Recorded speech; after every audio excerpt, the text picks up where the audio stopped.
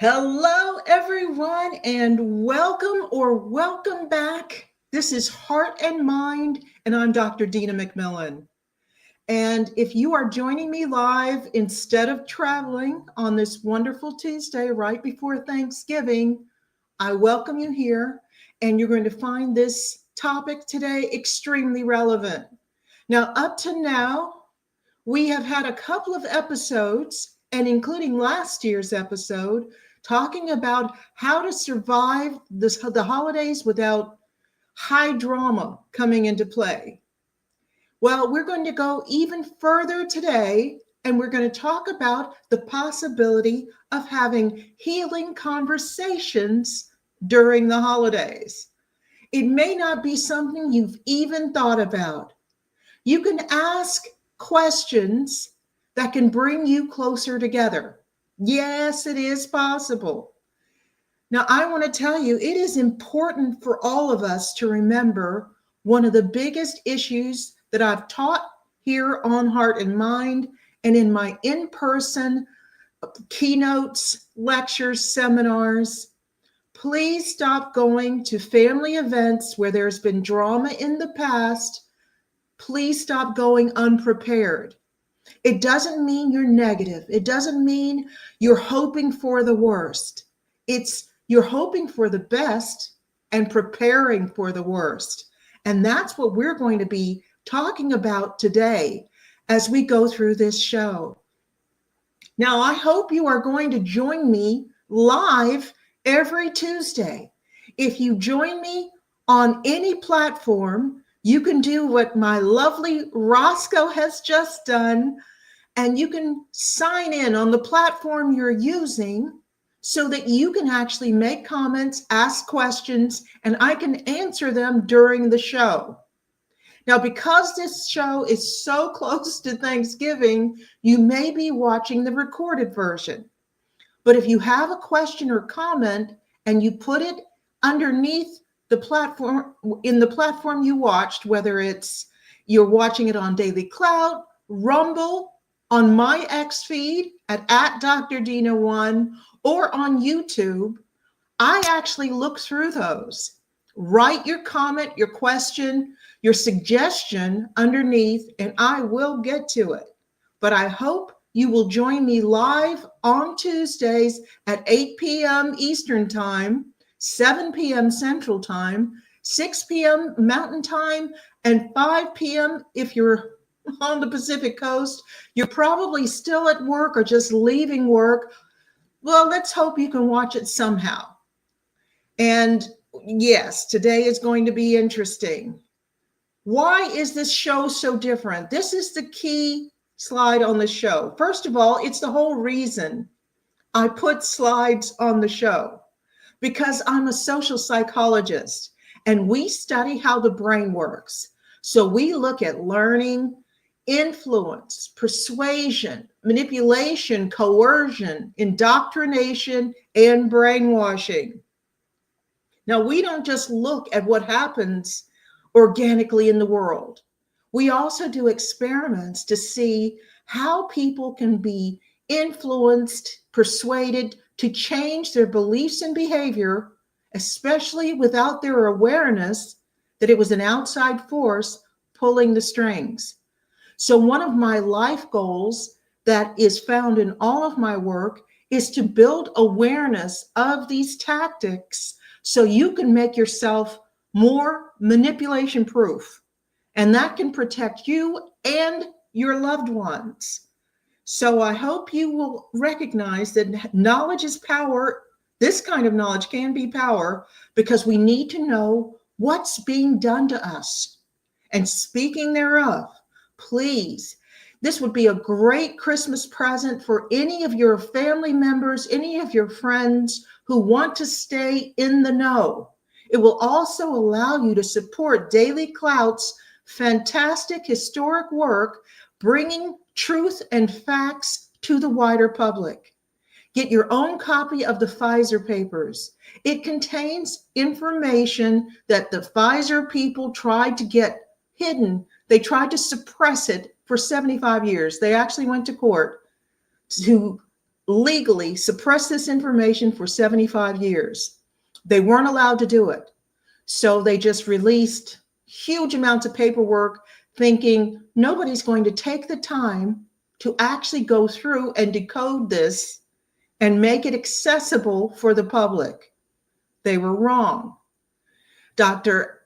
Naomi Wolf, Amy Kelly, a whole team of people spent years going through this and deciphering what they said, getting the facts out, getting the truth out, and making it accessible for you, whomever you are, however much formal education you have. You do not need an advanced degree to understand what was going on. And we all need to know what's happening, because I have yet to see anyone go to prison for what was done to us during the COVID pandemic. Maybe I'm wrong, but I have yet to see it. Now, today's topic, I'm sorry, Roscoe's making me laugh. Talking about James Lindsay and Candace Owen, everybody has an opinion about these individuals, but today we're going to talk about you. And we're going to talk about the possibility of actually having some healing conversations during the holidays. I know, isn't that radical to even think about it? And again, please don't go into the holidays. If you have family like I do, I've told you, I have sisters who won't speak to me. They pretty much shun me since 2012 or so, because I don't buy into the woke ideology, because my science allows me to see through it and see the ultimate goal, which is not positive for anyone. So they don't want to know that. They're very indoctrinated, and they have shunned me because of it. And it got worse when Trump won the 2024 election. But there are times when I'm dealing with people where there's been some distance.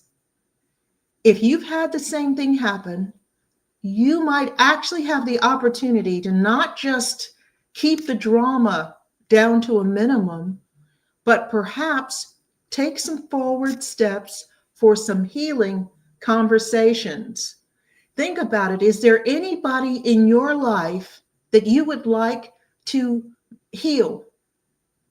The broken bonds between you. Is there anyone in your life? I doubt if there are very many people who would say no to that question. Did you know every major financial collapse has been preceded by the same 7 warning signs? Before the Great Depression, before the 1970s stagflation, before the crash of 2008. Now all 7 are flashing red again for the first time in over 15 years. American Alternative Assets just released a free report called the Bellwether Signal. It breaks down each of these signals and shows how to protect your retirement before the next wave hits. In times of uncertainty, gold has always been the ultimate safe haven. It held strong in 2008. It surged during the inflation crisis of the 1970s, and it remains one of the few assets not tied to political manipulation or central bank policy. Find out why central banks are buying it in record amounts, and now you can too. Call 855-803-GOLD or visit cloutgold.com to get your free copy of the Bellwether Signal. That's 855-803-GOLD or cloutgold.com. Learn the signs, protect your savings, make your move while you still can. So, when we're talking about healing conversations, and Roscoe just sent me something saying that the door, he leaves the door open, but they aren't reaching out. So far, I've had a lot of the same problems, but with little moves, like wishing me a happy birthday, that sort of thing. Yes, my door is open. And of course, once bitten, twice shy. If you've had someone get extremely angry with you about your political beliefs, about how you're living your life, about what you will or won't accept, about even people are still angry and dividing themselves by whether or not they got vaccinated with the COVID-19 vaccine. So if you're facing any of this, we've talked a few weeks ago about how to decrease the likelihood of there being absolute chaos during the holidays because somebody turns a political view into high drama that ruins it for everyone. We're going to go a little farther this time.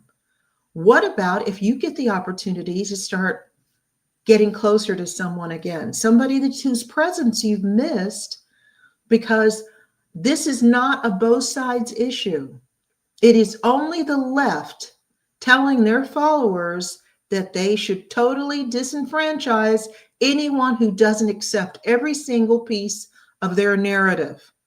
I have not seen anybody in the center or on the right telling people, oh, you should totally shun or mistreat any of your relatives if they don't share your values. I'm not seeing that. This is not a both sides issue. And I think it's one of the cruelest things that can be done to people. So we're going to talk today about better conversations that you might be able to at least get the starting point of healing conversations. And it's a combination of really good questions and your active listening. So let's look at what you do. Why should you do this? Because while all of us would rather not have high drama during the holidays unless it's positive drama, someone announces they're getting married, someone announces that they're expecting a baby, that kind of high drama is really positive. Somebody got a raise, somebody got a new job who's been looking for a while. I love stuff like that. Negative drama, not so much. I know that during my years growing up and even as an adult, it was almost flip a coin about how the holidays were going to go. Some holidays were just so wonderful, I still walk around thinking about them and smiling. Others, somebody would get a bee in their bonnet, and it wouldn't even necessarily be based on anything someone had said or done. Sometimes I would have family members come in and start an argument about something that hadn't even been said, an argument about something that hadn't even been done. That person was in a bad mood, so they just came in and decided to pick a fight and ruin everybody else's day. Ooh, if you've gone through this, sticking to the safe topics seems like a tempting way to do it. Well, but it doesn't really get you closer. If there has been any kind of division, it won't heal that. It won't soften resentments. It won't repair misunderstandings. It doesn't bridge the distance. So there is a reason for being brave enough in the right circumstances to actually try to see if some of this distance can be healed. Some of these broken relationships can be healed at least a little bit. The goal is to open the discussion and reinforce that bond. You wouldn't even bother if the bond wasn't there. Every single one of my siblings, I still love dearly. I don't not love them because they're mad at me because I don't support the kind of politics and culture and ideology that they put so much energy into bringing into this world, because unfortunately, my education and training have shown that the more they win, the more society loses. And they've seen it in an individual level with their own family members who support these ideals, who take on these identities and personas and have paid really high prices, but they still, as yet, refuse to see how destructive it is. And while I don't go in preaching at them, my very presence reminds them there are alternatives. It's just like when they say death and taxes. Until Trump came along saying, Let's see if we can get rid of income taxes. If you were like me, you went, and then we remembered that until 1914, 1915, there were no income taxes. That was supposed to be a temporary thing. But it became such a permanent part of our lives that people throw out the saying, it's inevitable, like death and taxes. No, you don't have taxes. There are other ways to raise money to support our society and maintain our infrastructure. We don't have to live like this. We don't have to live with high crime. We don't have to live with the taxes being taking out most of our check. We don't have to live with constant animosity between family members. We don't have to live with people who take on personas that are so self and other destructive and have an expectation that everybody's supposed to put up with it. And can I make one more statement?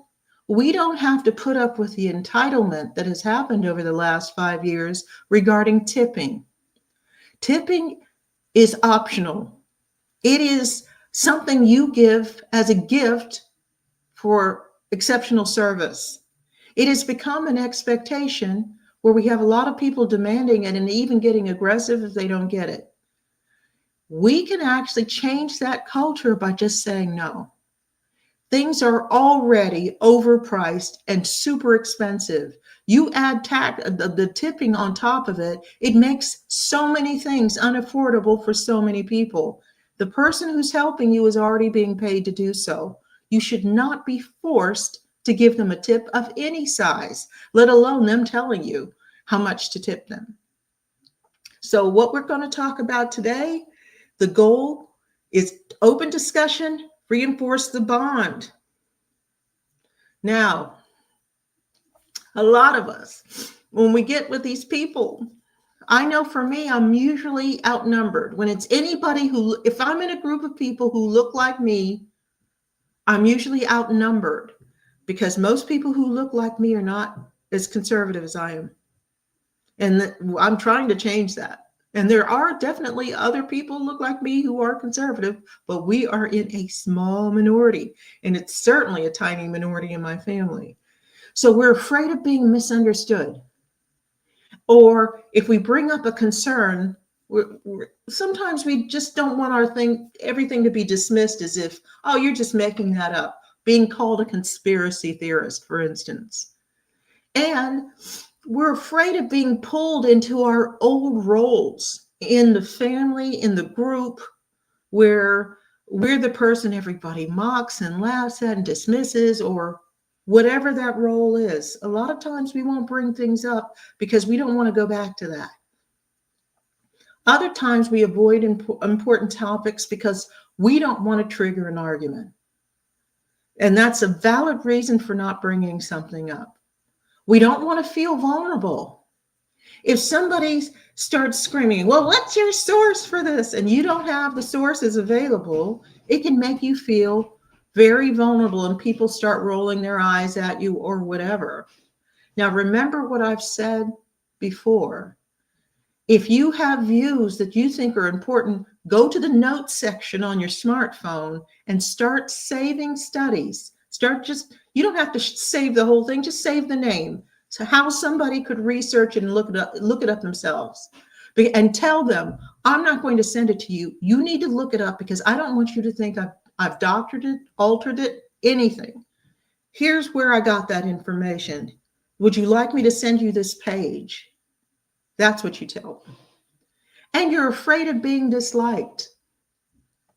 If I were not as self-reliant as I am, it would be very difficult for me to handle being ostracized to the extent I am, because I am basing my beliefs off of what works in a society based on how the brain works, how human behavior works. And interestingly enough, it aligns more with conservatives than it does with the left. Now, I am also a Christian, but I can pull my Christianity away from my beliefs and just rely on the science, the rigorous social science, and come to the same conclusions. Now, isn't that interesting? But sometimes we get a little wary about reaching out to people who believe differently than we do on a lot of things. So let's talk about some tentative ways you can rebuild bridges or reinforce bonds. Now, let me say this also, that you may be thinking, this is all too much. Don't try to do it all at once, okay? A good thing to think about, what we're going to talk about now may be something where over Thanksgiving, your goal is just to keep the drama down. That can be step one. Have no arguments, no negative discussions for Thanksgiving. But then we still have Christmas coming very soon. We have New Year's. We have all sorts of situations where people are going to get together, where families are going to get together. And so think of it as not as something that you have to do on Thursday. You don't have to do this on Thursday. You can just rely on what I've told you before about how, steps you can take to keep the negative drama down. But think about these two. If the opportunity comes, I want you to take it to see if you can actually start rebuilding some bridges with some of the people where things have gotten heated. Now, one of the things I would say is, this is just pretty simple. If you're going to talk to somebody about something where you've had a breach in your relationship, where there's been animosity and you want to start rebuilding that bridge, try to start later in the day. Don't do it right away when you walk in. It's going to take some time for you two to get used to being around each other. And if you're able to use the other tips that we've talked about a few weeks ago and even last year, if you look at the holiday episode that I did last year, it gives really solid tips on how to interact with people who may believe differently than you do and to keep the negative drama out of the interactions. So that may be your first step. And then later on, as people get more relaxed, you may get the opportunity to take it a little further. Try to find some measure of privacy. This is not a public performance. And especially if somebody has really been strong in their views on a certain political persona or a certain ideology that they've supported, even if they've started to change their mind somewhat, if other people are around who've heard them really go strong and hard in support of their views, they may be embarrassed to back down if other people are listening. So if your goal is not to change their mind about their ideology, but just to try to rebuild that bridge between you, try to get some privacy when you start talking to them. And here's the secret. I should have put this with sparkles around it, or like Charlie Kirk likes with the the sparklers on the side where it's going up and down and the confetti coming down. This is a really important one. Make the conversation about them, not about you. And nothing could be more important, because if you're trying to rebuild a bridge, they're going to be wary. But most people want to talk about themselves, and you're going to take advantage of that. And your genuine interest in what's going on in their lives could get their heart to start opening up to you again, even if they didn't know it could happen.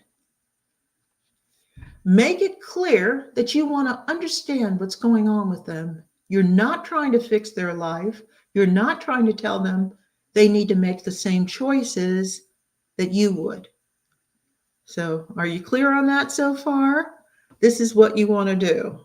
So, again, this is really critical, people. If you're going to start healing those bonds between you and someone where there's been distance, talk to them, get some privacy, wait until they're relaxed, and then make the conversation about them, not you.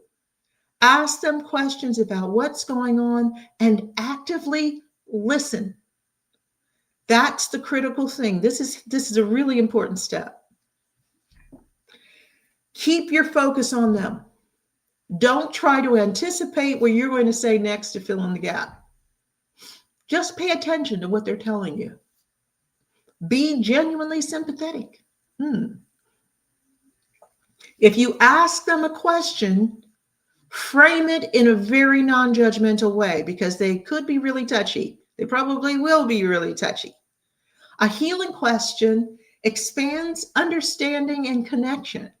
So it's something like, well, what's been going well in your life lately? Or what did you enjoy best about this past year? Or what great things have you done since I saw you last? Or what's been making you happiest? It can be, you can start off really broad and general so that they know you're not coming at them to try to change their minds or whatever. Because keep in mind, what is your ultimate goal? It is to re-strengthen, to rebuild, to weld that bond between you and this person who may be very different from you, but is very important to you. If they go negative or controversial, try to bring it back to real and positive. I've dealt with this a lot, where when you talk to somebody about something they're happy about, they'll tell you something that Trump did, that where he lost or he was humiliated or something bad that happened. Oh, that's what made me happy. Yes. Oh, Charlie Kirk getting assassinated, that made me happy. If somebody starts off like that, try to swallow your anger and pride.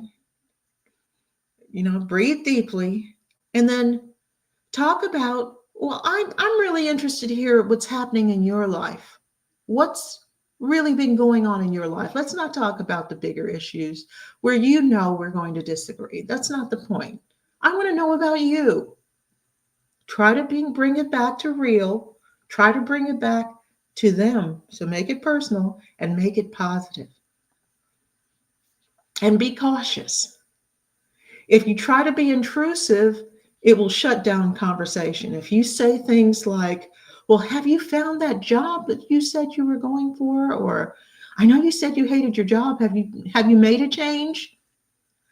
Often people will start feeling defensive. So your goal is to ask the kind of question that's not going to raise their defenses if they haven't done it yet.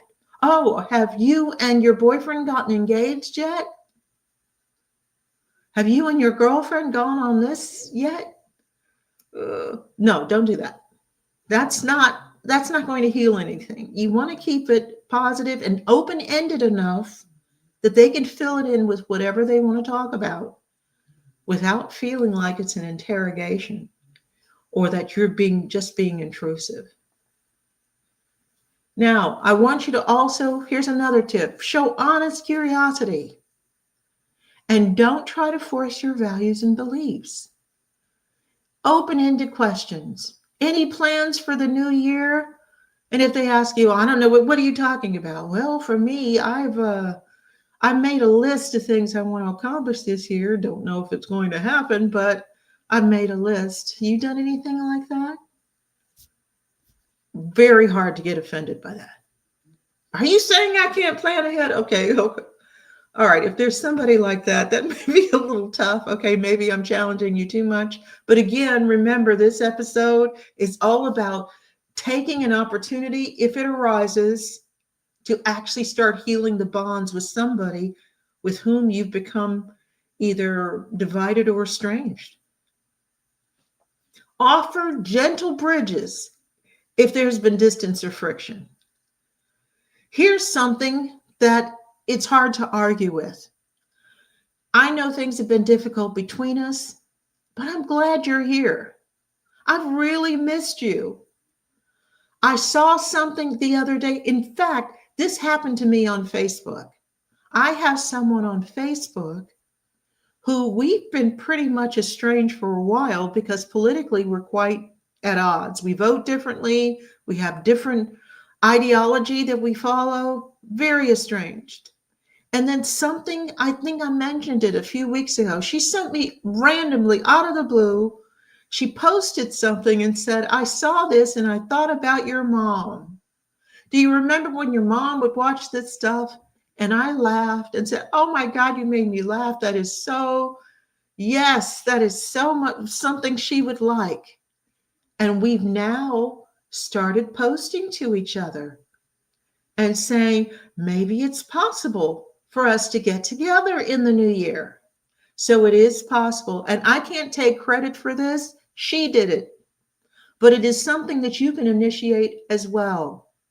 Just a memory. Remember when you did this? I saw this and I thought of you. Or, I've missed you. I missed our walks in the autumn. It's autumn now and the leaves are changing. And I just remember how we used to go and play in the leaves. And I was just thinking about you and it made me smile.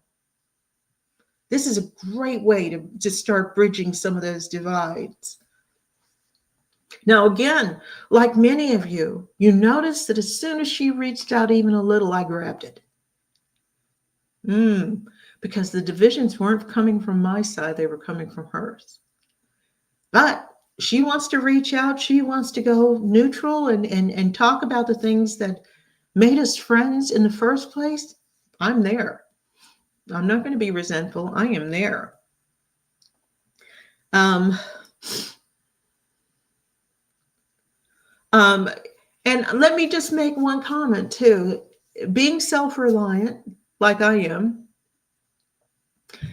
sometimes you're not invited to things. Roscoe says the only thing worse than being all alone Thanksgiving would be at the table of either side of my family. This I understand. I'm so thankful for not being invited. But it would be great to be invited to something where things went well, where you had a laugh. I know that even when things get really tense with my sisters, we also have a habit of letting things go.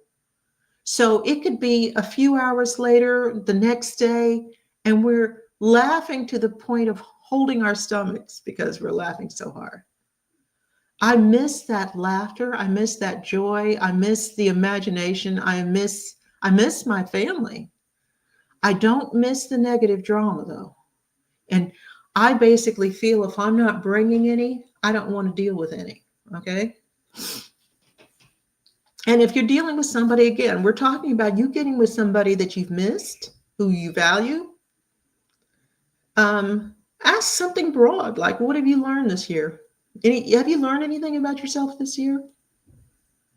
Make it broad, make it interesting, but make it genuine. And offer to help mend the breach. It can be as simple as asking them, what would make us getting together simpler for you? Who will I be with Thanksgiving with? Me, myself, and I. I've been pretty self-reliant for a long time. Christmas, I'll probably be with my daughter, but she's going with her fiance's family this Thanksgiving. So, but for me, I have a lot to be thankful for. One of the ways to keep this from getting you down, be grateful. Anytime you're above the ground and not below it, be grateful. Anytime someone is kind to you, is willing to help you, be grateful. If you've had good experiences with the people you're now estranged from, focus on those, not on the negative stuff. And again, if you can, offer to help mend the breach. Ask them, what can I do to make it simpler for us to get together? If they tell you, it's too bad you're not around, Roscoe, we could do this together. If they tell you something, now there are ways they could handle this as well. If they tell you you have to change your values and beliefs in order for them to be willing to interact with you, leave it open. Say sincerely, that's not how I feel about you. I'm willing, you're important to me. I'm willing to have a relationship with you, even if we never agree on this point, because that's not all we are. And then just leave it. Okay, don't try to do everything at once. If there's still distance, try to soften it with genuine admissions. Like I said, keep telling them, look, I miss you. I've missed talking to you. What's happening in your life? That's a good way to start a conversation. If you see them helping with the cleanup, for instance, you go help too. And when you get a chance to be alone, say, you know what? I miss talking to you. What's happening in your life? Now, if they start getting defensive, let them rant, let it go. Just, you know how it kind of starts hot, and don't feed it, let it peter out. Where can we start from here? How can we start from here? I know that's happened. I know you've been hurt. I've been hurt too. What can we do to actually make this better? Give me some suggestions. See if you can do that. I want to tell you that for this episode, I know a lot of you, I'm looking at the numbers here, and I know a lot of you are traveling today, and you won't watch this until you'll watch the recorded version on Daily Clout, on Rumble, on YouTube. Again, if you go to my feed on X at Dr. Dina 1, I'm going to actually upload the episode so you can watch it later there too. I know this is tough. But you can actually think of this as a first step. We've talked before about ending the drama. This is just as crucial. That's not enough to just not have high drama during family events. You actually want to remind people we are family. We do care about each other. We do have a history that's valuable, and that my door is open. So hopefully it will encourage them, even if it's only later, to start opening their doors as well. If the tension lessens, if you get lucky and the person is willing to start reaching out as well, ask a deeper question like, how have you been holding up, really? Ask them. Because I know when I ask any of my siblings, any of my family this question, I care very much about the answer. So you want to be sincere, you want to be open. And be aware, though, here's where I have to put the cautions. Oh, golly. We're going to talk a little bit, just for a minute, about where it's not really possible to have these healing conversations. You can still try. I would advise you to still try. But they may not let you in. If the resentment is long-standing, if the breach was quite heated, they may not quite be ready yet. Then you can think of this only as a first step. If they are a cluster B personality, like I have in my family, I know that the siblings that have caused me the worst issues is even recently when I said one went on Facebook and tried to get people that I've been friends with since childhood not to support this show, not to support my work, it was so unhinged, it was so undermining, and it came out of nowhere. And if I know her well enough to say that if I broach it with her, she will never admit she's wrong. And Roscoe's talking about people who are narcissists as well, that they make things really difficult.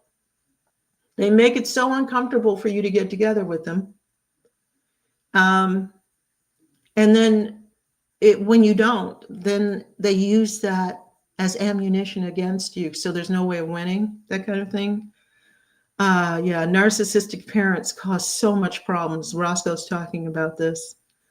As I said, I have people with various cluster Bs in my family, and it's really very challenging because how do you broach that gap with somebody who's emotionally dysregulated, so they can't control themselves? If something triggers them, and it could be something you said, it could be something you said when you were 8, then they will go off into this high tantrum and ruin everything for everybody. So you're walking on eggshells around them.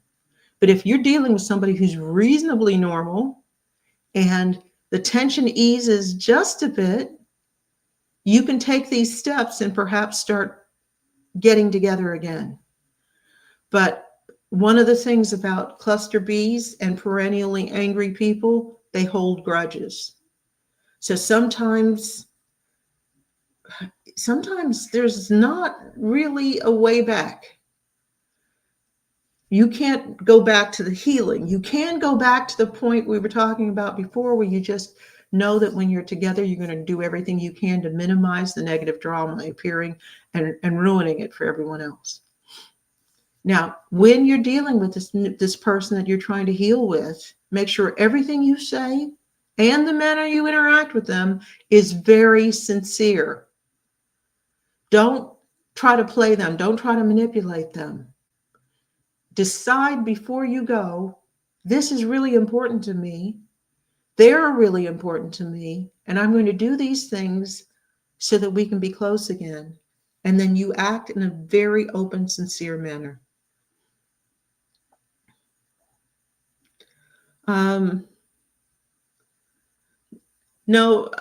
Roscoe's asking me some questions about his family. I'm sorry. Talking about if you have cluster B family members, and especially if they're your parents, it can be really difficult because you want to accept people as they are, but it doesn't help you to pretend that it was normal or that it was okay. What you have to do is find your own family. So you find your family outside of your bloodline. That's what you do. And also, when we're talking about people who can make it really difficult for you to try to heal the relationship with them, if they're still angry, they may try to create drama. Keep in mind, for the drama to work, you have to also participate. So remember, I told you before you go, have things in mind. If they react like they did 2 years ago, I'm going to do this. If they react like they did 3 years ago, I'm going to do that. Have a line in the sand where you say, okay, if this happens to this extent, I'm actually going to leave. But have some other strategies. We've talked before, and last year especially, I talked about strategies that you can use to get away from the drama without leaving the location. So you can still have the time with your family, but just out of the presence of the person who's reacting inappropriately. Don't let them draw you in. I know what this can be like. I have one sibling that if she got angry about a point, she'd at you. You'd say, look, this is getting too negative, too dramatic. Let's just agree to disagree. And you'd walk away and she'd follow you. Follow you, yelling. In those cases, you actually have to leave, even if it's just going outside and walking around the block for a while, or going for a drive. Don't let them pull you into the negative drama. Now, I know this is hard because nobody can push our buttons like our family. They know we're vulnerable. They know. They've had a history of our childhood. They've seen us at our best and they've seen us at our worst. But make a decision before you go. I am always responsible for how I respond, however I'm provoked. Repeat that to yourself and then live it when you go there. Now, keep in mind that if this attempt to heal doesn't work, that you aren't just doing this for the person standing in front of you. If you are willing to make a genuine effort to heal the bridges between you and family, other members of your family may notice this, and it could improve their trust of you and improve your relationship with them. So there's a secondary way to win at this, even if you're not able to get that primary person to lower their guard or to come forward. And remember, when you're talking to this person, you're not trying to get them to admit their mistakes. If they've done something terrible to you, for instance, and that's what caused the division, don't bring that up. That's not going to help. It'll just make them defensive. Skip over it. Talk about something else. Ask something about their life that you're genuinely interested in.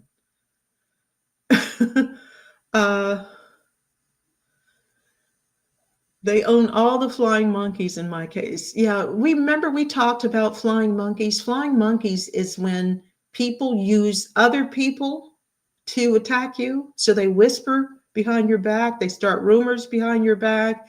Often the clever ones will actually blame you for things they've done. So when you encounter these people and you say something's wrong, they don't believe you. It's one of the tactics that I talk about with abusers, but it's not just romantic relationships that have this. A lot of family relationships have this. But keep in mind, like when we talked about the value of the work of Charlie Kirk, and we talked about how his turning point went from largely incurring just protests to having thousands of people in line trying to see him, listen to him, get hats, talk to him, get suggestions. They were actually following his advice. How did he do that? He rarely influenced the person he was talking to. They had too much invested in sticking to their guns. Whom he impressed and whom he influenced was the people watching the interaction. So if you go in there, you're not getting drawn into negative drama. You're not trying to get this person to apologize. I've seen too many people ruin too much of their lives saying somebody who hurt me has to admit they were wrong. They're probably never going to. So what do you do now? Step over it. If the breach was really serious, it may mean that you can't have the level of relationship that you would like with this person. I know that with my sibs, they are definitely not in my closer circles. When we do that circle of intimacy that helps you understand where you hold people in your life and where they hold you, my siblings are definitely in the further circles. But that doesn't mean they're off the map. That doesn't mean I don't love them and don't care for them. That doesn't mean I wouldn't be there for them in an emergency. But being really clear that because this person has this issue, that issue, and doesn't like this about me, I cannot have them in a close circle because all it would do is cause me pain. That's just being smart and protecting yourself. But also, if you've watched this show before, you know I do not try to encourage people to eliminate important other people out of their lives unless that person is an abuser or the relationship is toxic. In most cases, my advice is try to figure out how to have the best relationship in that circle where they belong, okay? So if they're in 3 circles out, so they're not the people that you call all the time, they're not the people you prioritize all the time, but they're in the circle with friends, not your super close friends, but your friends, then make them a really solid friend.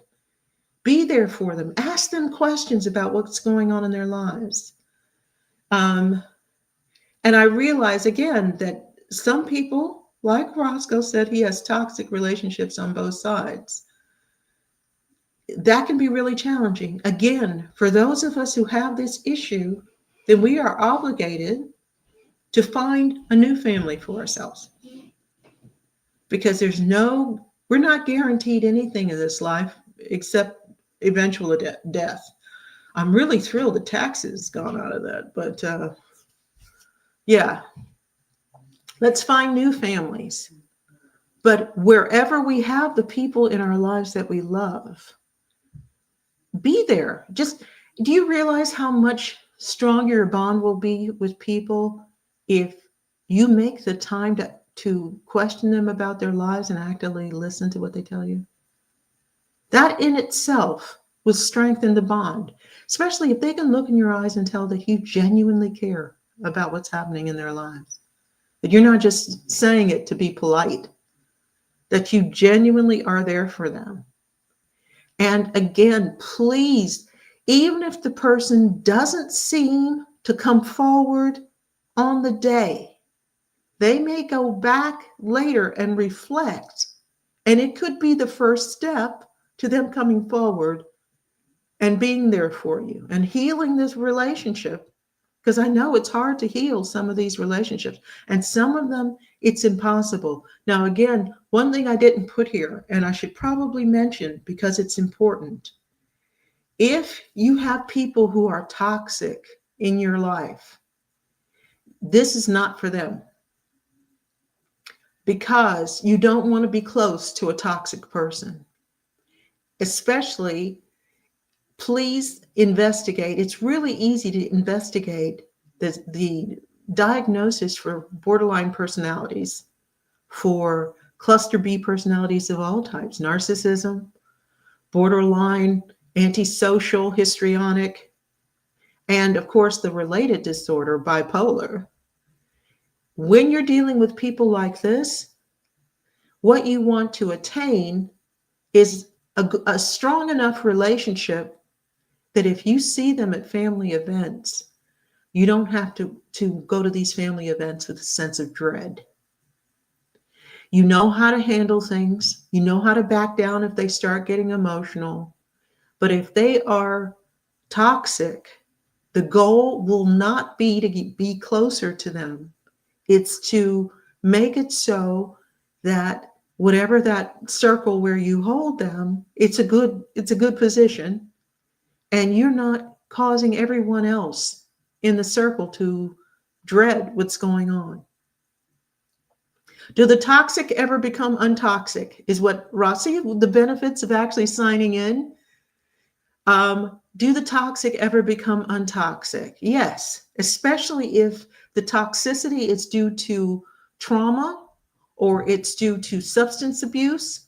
I've seen people who, or just a general attitude towards life that's very negative. If it's bad influences, I've seen people become untoxic, but they have to make a really strong and hard decision about changing how they deal with life. So you can't guarantee it. Now, if they do become untoxic, I take it back. You can potentially, tentatively, be careful, be wary. You can bring them into a closer circle, but you have to see indications, not just wishful thinking, indications that they have actually changed. Saying you're going to change or saying you have changed is a lot easier than really doing it.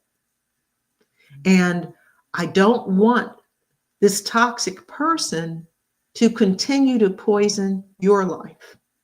So you hold them in whatever circle allows you to deal with them when you have to or want to, but they're not close enough to be able to start negatively impacting your life.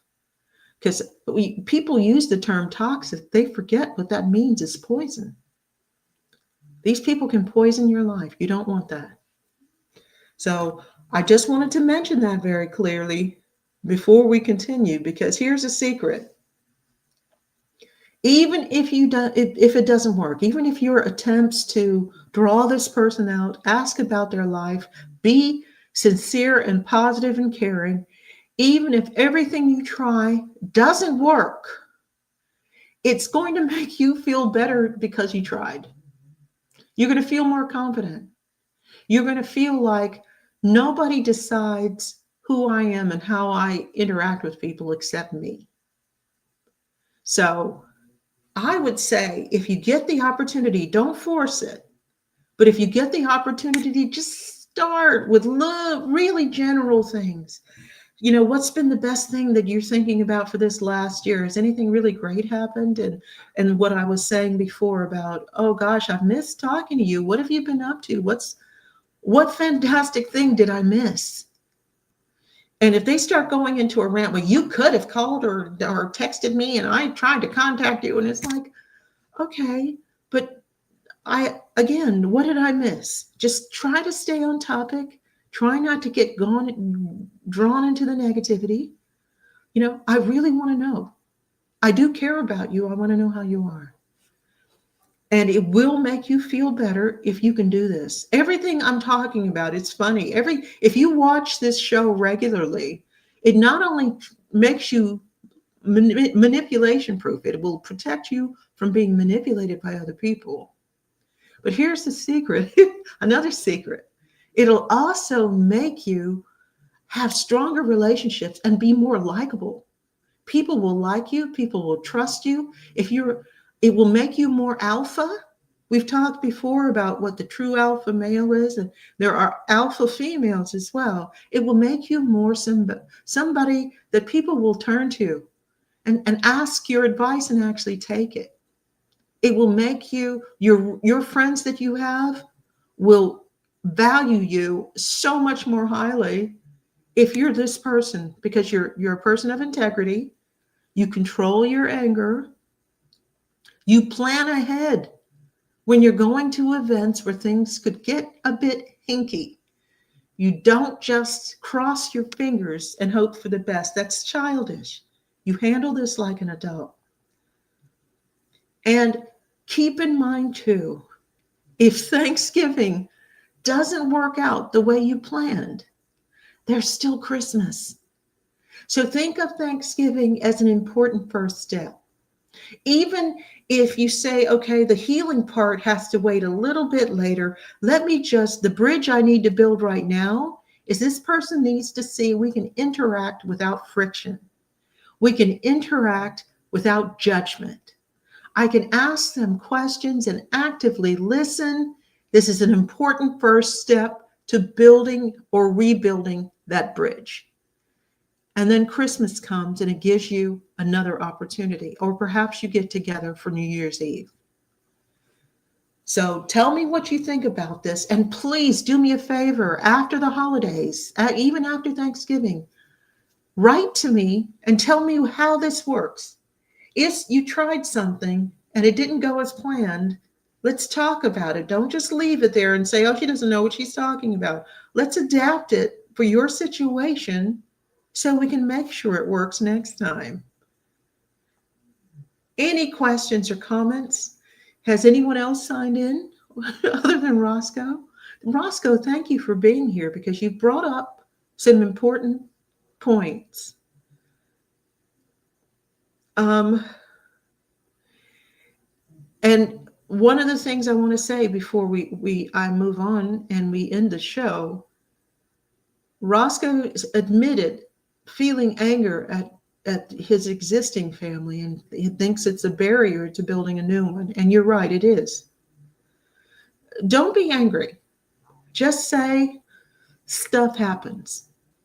And that's, it will give you information about what not to choose in your family of choice, what dynamics to look out for. And one of the things you also need to look out for, even when we dislike the way a family treated us or how they behaved, we will be predisposed to replicate that dynamic because that's the way the brain works. So really catch yourself if you find yourself replicating that in your new family, and just stop yourself. Integrity will help you with that. Being willing to ask the people you're around for genuine views on how you're doing will help with that. And not feeling like you have to be perfect all the time. That's also going to help.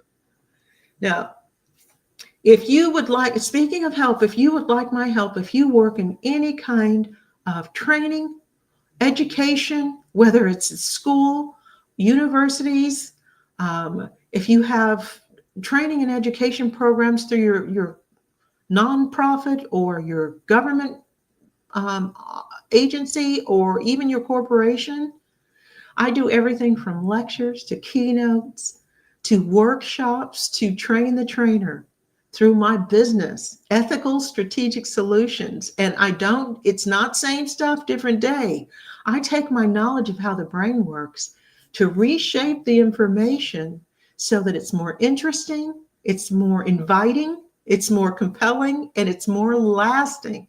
You will actually see tangible results if you take my training.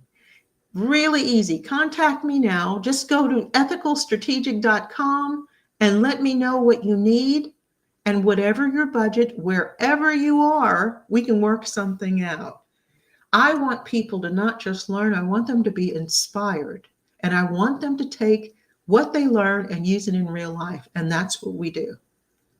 Now, coming up very soon, probably late December. I'm going to try to get it in before the new year. We're going to start online classes, and I'm going to have 2 levels. Large classes where anybody and everybody can come for a really tiny fee. And we're going to go more in depth on some of the subjects we covered on this show. And then we're also going to have smaller classes where everybody gets a chance to go one-on-one with me. I will customize the information to fit your life and make sure you can implement whatever it is. And that's going to be everything from how to be more attractive to the people you want to be involved with, whether it's romantically or as friendships, or how to get along with your boss, how to be more influential in the groups that you're in. We're going to talk about all of this. So contact me at Ethical Strategic and let me know what topics are of interest to you. Now, Roscoe, who's been with me today, has said about wanting to know about the true alpha male. Yes, I have made training so that you can go from being a regular guy to a much more alpha guy. And it's not even that hard. Nothing I do is hard. And it's designed the way I design the information. It's designed the way the brain works. So we're going to do something that will actually influence yourself and get you to implement it in your life. So if you want to talk to me, the easiest way to get to me is to go on X at Dr. Dina1 and contact me, or go on Ethical Strategic. There are ways to contact me on my website as well. I want to thank you for being here, and I hope you all have a wonderful Thanksgiving holiday, and I will see you next week. So we will talk next week. Remember, I've promised you no more boring Tuesdays. See you then.